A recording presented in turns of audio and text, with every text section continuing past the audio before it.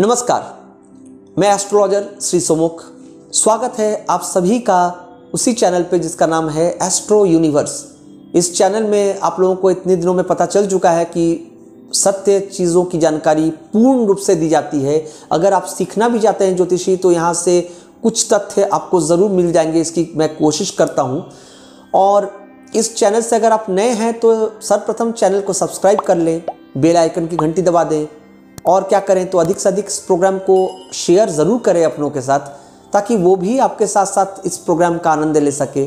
और अगर आपके कुछ कमेंट्स हैं तो कमेंट सेक्शन में ज़रूर दें, सुझाव दें हमें कि और किस तरह से क्या करना चाहिए हमें। आप लोगों के लिए जो सवाल आपके सार्वभौमिक हो वो भी वहाँ पर आप लिख दें। ज़रूर कोशिश की जाएगी कि आपके सवालों का जवाब दी जाए।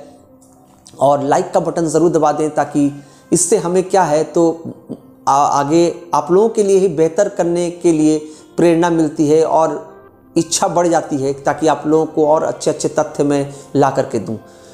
तो आइए, आज का जो विषय है बहुत ही यूनिक है, जो ज्योतिष शास्त्र से जुड़ा है, बहुत ही वैल्यू है इसकी अपने आप में। वो क्या है तो घोर कलयुग। आप में से ही बहुत लोगों ने मुझे पूछा है और कहा भी है कि आप इस विषय पर हमें जानकारी दें। देखिए, घोर कलयुग ये बहुत ही सीधा साधा चीज़ है। हम सभी जानते हैं कि घोर कलयुग चल रहा है। घोर कलयुग क्यों चल रहा है? क्योंकि लोगों की मति जो है यानी बुद्धिमत्ता, इसका यूटिलाइजेशन शायद हम सही तरीके से कर नहीं पा रहे हैं। और क्या है, अहंकार वृत्ति, हिंसा, ईर्ष्या ये बढ़ती जा रही है। अंधकार, यह सोच जो है बढ़ती जा रही है हमें। आप देखिए क्यों बढ़ रही है? क्योंकि हम पढ़ाई लिखाई तो कर रहे हैं, बहुत अच्छी शिक्षा ले रहे हैं आज, जिसको कह सकते हैं फॉर्मल ट्रेनिंग्स लेना। On qualification degree point of view से देखें तो लोग हाईली क्वालिफाइड हैं आज के युग में, ये तो बात सत्य है बिल्कुल।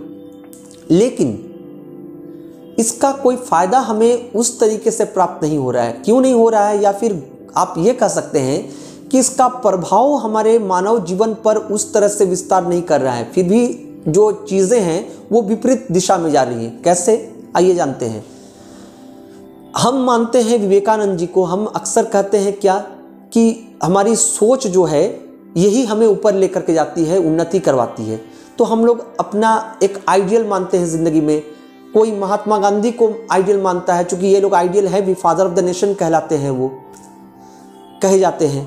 और विवेकानंद जी को मानते हैं क्यों? क्योंकि इन्होंने, यह एक ऐसे शख्स हैं, एक ऐसे विद्वान हैं, महाविद्वान कह सकते हैं आप इन्हें, जो शिकागो में 1893 में एक धर्म सम्मेलन हुआ था, जहां भारत को जीरो पर उन्होंने हीरो बना दिया था। यानी भारत देश का लोहा मनवाया था विदेशों में। तो 1893 में ये जो घटना शिकागो में हुई थी, अर्थात धर्म सम्मेलन में जब उन्होंने भाग लिया था विवेकानंद जी ने, जिन्हें हम नरेंद्र नाथ दत्ता के नाम से भी जानते हैं, और एक्चुअली इनका असल नाम बहुत कम लोगों को पता है, वीरेश्वर इनका असल नाम है। तो यह जब वहाँ गए थे तो वो कुछ दिन पहले चले गए थे, या फिर ऐसा हुआ था उनके पहुँचने के बाद वो प्रोग्राम कुछ दिन बाद का था। तो उन्हें बहुत ही ठंड में वहाँ पर दिन गुजारने पड़े, वो भी बिना खाए, जो कि बहुत ही पैथेटिक था। लेकिन वहाँ पर भी उन्होंने धैर्य की परीक्षा दी, उनकी ली गई, ऊपर वाले ने यानी भगवान ने ली और उन्होंने दी। और बाद में वो धर्म सम्मेलन में आए और ऐसी कुछ बातें उन्होंने वहाँ पर कहीं, जिसके वजह से या जिसके कारण देश भर में ही नहीं विदेशों में भी इनका लोहा माना जाने लगा, और हमारे भारत का भी। क्योंकि उन्होंने धर्म सम्मेलन में 2-3 बातें कही थी। उनमें से जो प्रमुख बात है वो क्या कहा था कि हमारे सभी लोग, सभी धर्मों के लोग जो हैं वो भारत में हैं। अर्थात भारत देश एक ऐसा देश है जो सभी धर्मों से जुड़ा हुआ है, और सभी धर्मों के लोगों को वहाँ पर वैल्यू यानी सम्मान, महत्वता दी जाती है। जिनमें से कह सकते हैं कि उन्होंने ये भी कहा था कि एक वक्त पारसी लोगों को भी यहाँ शरण दी गई थी। दक्षिण के राज्यों में उनके जो रोमन ने जब उन पर यानी अटैक किया था, कह सकते हैं हमला कर दिया था, तो उनके कुछ जो तथ्य हैं या फिर जो इम्पोर्टेंट चीज़ें हैं वो साउथ इंडिया के में रह गई थी। तो कह सकते हैं विवेकानंद जी ने ये बातें कही कि हमारे देश में सभी धर्मों के लोगों को समान रूप से देखा जाता है और यही हमारे देश की महानता है, क्योंकि हमने सबों की मदद की है, इसीलिए भारत एक अलग देश है। और क्या बातें कही थी, तो विवेकानंद जी ने 3 बातें जो बहुत ही इंपॉर्टेंट है, जो बहुत ही वैलिड है, कही थी, जिसको फॉलो करने से हमारा आपका सभी का हित है। लेकिन उसको हम लोग प्रैक्टिकली कहाँ तक मानते हैं, आइए जानते हैं वो 3 बातें क्या क्या हैं। पहली बात विवेकानंद जी ने कही थी कि प्रत्यक्ष या परोक्ष रूप से भी जो चीज़ें हम देख लेते हैं उसकी जांच ज़रूर होनी चाहिए, अर्थात प्रैक्टिकल ज़रूर होना चाहिए। जैसे उन्हें उनके बचपन में एक बार डराया गया था, वो अक्सर बहुत ही नटखट थे बचपन में, तो वो अपने एक दोस्त यानी बंधु के साथ पेड़ में चढ़ जाया करते थे जो कि बहुत ऊंचा था। तो किसी वृद्ध आदमी ने ये चीज़ देखा बगल में, तो उन्होंने डराने के लिए कह दिया कि इस पेड़ पर भूत है। तो उनके दोस्त जो हैं वो तो बहुत डर गए, सहम गए और वो अगले दिन से वृक्ष पर नहीं चढ़े, यानी इस पेड़ पर नहीं चढ़े। लेकिन विवेकानंद जी में बचपन से ही ज्ञान की प्रति भी एक अद्भुत भूख और रुचि दोनों थी। उन्होंने तय किया कि मैं इस वृक्ष पर ज़रूर रहूँगा इस दिन पर, और उन्होंने दिन भी बिताया और रात भी बिताया वहाँ, और अगले दिन अपने दोस्त को जाकर के बिल्कुल प्रैक्टिकल एग्जाम्पल दिया, कह सकते हैं कि ऐसा कुछ नहीं है।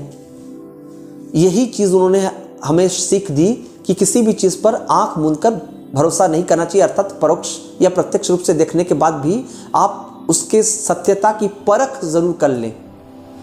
दूसरी बात उन्होंने जो अहम बताई, वो क्या बताया कि खुद पर विश्वास कीजिए, यानी अपने आप पर विश्वास करना ये ज़्यादा अहम है दूसरों पर विश्वास करने से। उन्होंने ये नहीं कहा कि दूसरों पर विश्वास नहीं करना चाहिए, विश्वास दूसरों पर भी करनी चाहिए, लेकिन अपने आप पर सर्वप्रथम ज़्यादा यकीन करना चाहिए, चाहे जैसी भी प्रतिकूल परिस्थिति हो क्यों ना।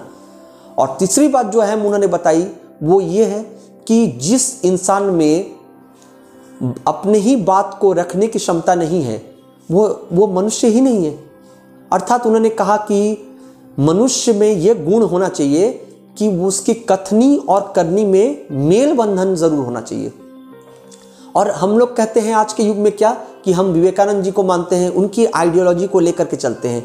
आप ही पर मैं विचार स्वयं सौंप रहा हूं कि आप तय करें कि आज के डेट में क्या हम विवेकानंद जी को मानते हैं, क्या आज के युग में ये चीज़ें हो रही हैं। उन्होंने कहा धर्म सभी एक हैं, और आज क्या किया जा रहा है हमारे देश में धर्म को बांटा जा रहा है। हमें सिखाया जा रहा है हिंदू और मुस्लिम, हमें सिखाए जा रहे हैं जातीयता। क्या ये बातें सत्य हैं? तो घोर कलयुग क्यों नहीं है? आप ही तय करें इस बातों को। मैं तो बस इन महान लोगों की सोच को रख रहा हूं आपके सामने, यहाँ मेरी बातें कुछ है ही नहीं। कि उन्होंने जो महान व्यक्तित्व हैं जिन्हें हम महान कहते आए हैं, वो क्या कह गए हैं और हमारी आइडियोलॉजी आज कहाँ है। जनरली ये कहा भी जाता है कि वृक्ष की पहचान जो है वो फलों से होती है और मनुष्य की पहचान उनके सत्कर्मों से। तो वो भी क्या आपको दिख रहा है? क्योंकि जो जेन्युइन इंसान होते हैं, जो मनुष्य ज्ञानी हैं, वो ज्ञान पर आधारित बातें कहते हैं, बुद्धि से युक्त होते हैं।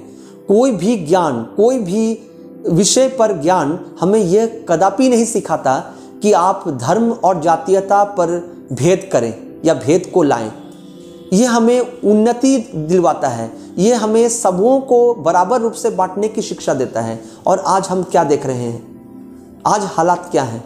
आज हमें इन धर्म के पॉइंट ऑफ व्यू से ही बांटा जा रहा है। कई चीज़ें ऐसी हो रही हैं जो कि बिल्कुल गलत हैं। क्यों? क्योंकि ये घोर कलयुग है। मैं किसी को दोष नहीं देता, यही घोर कलयुग है। इसी का युग का परिवर्तन जो कहते हैं ना, सत्य, त्रेता, द्वापर और कलयुग। तो कलयुग में सब चीज़ें जो है ना पेपर पर ही दिखेंगी, अर्थात बड़े बड़े शब्द कहे जाएंगे, अच्छी बातें। एक और बात मैं बताऊं, अच्छी बातें और महान बातें, अच्छी वाणी, ये सभी चीज़ें यानी अच्छी अच्छी बातें मुनि ऋषि जो भारत में बहुत हजारों वर्ष पहले जन्म लिया उन्होंने, वो कह गए। और आज हम उनकी बातों को व्हाट्सएप पर या किसी और सोशल मीडिया के ज़रिए द्वारा क्या करते हैं, शेयर करते हैं लोगों तक। लेकिन क्या हम उन पर इम्प्लीमेंट करते हैं?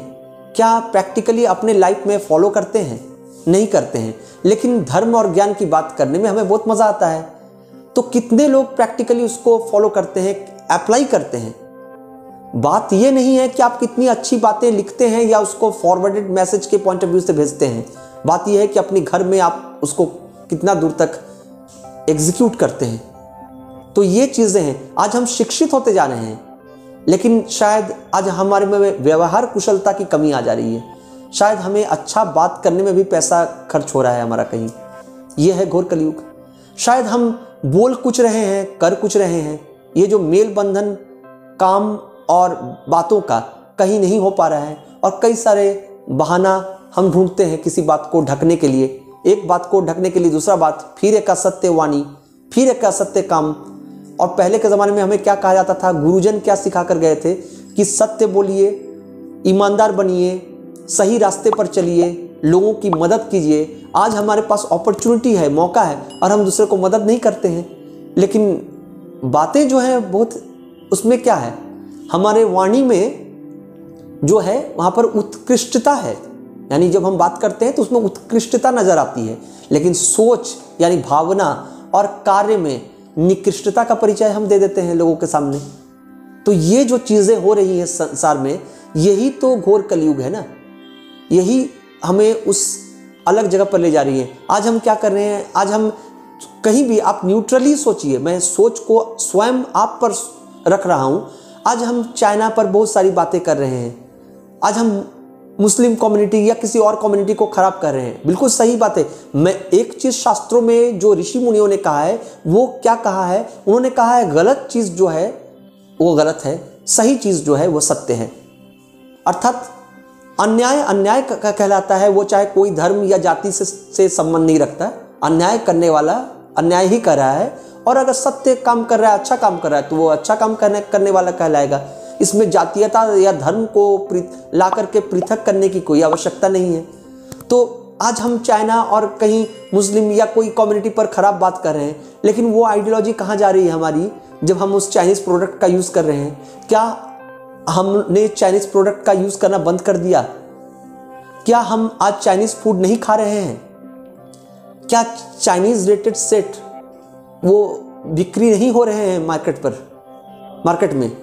बिल्कुल लिख करके कमेंट बॉक्स में मुझे बताइए, क्योंकि मैं इन बातों को सत्यता के आधार पर मैं बोल रहा हूँ। यही सत्य युग नहीं है। अगर ये सत्य युग होता तो ये बिल्कुल ऐसी बातें नहीं होती। इसीलिए इसे घोर कलयुग कहा जा रहा है, क्योंकि चीज़ें बिल्कुल विपरीत होंगी, और हम शिक्षित होने के बावजूद भी हमें कुछ चीज़ें इंजेक्ट की जाएंगी, जोर करके हमें समझाया जाएगा, और हम उस गलत बात को भी सत्य मान करके आगे बढ़ने लगेंगे। हम अपने मस्तिष्क का प्रयोग नहीं करेंगे किसी बात को समझने के लिए। हमें जो समझाया जा रहा है हम उसी तरीके से समझेंगे, चाहे वो गलत प्रचार ही क्यों ना हो, अन्याय तरीके से प्रचार ही क्यों ना हो।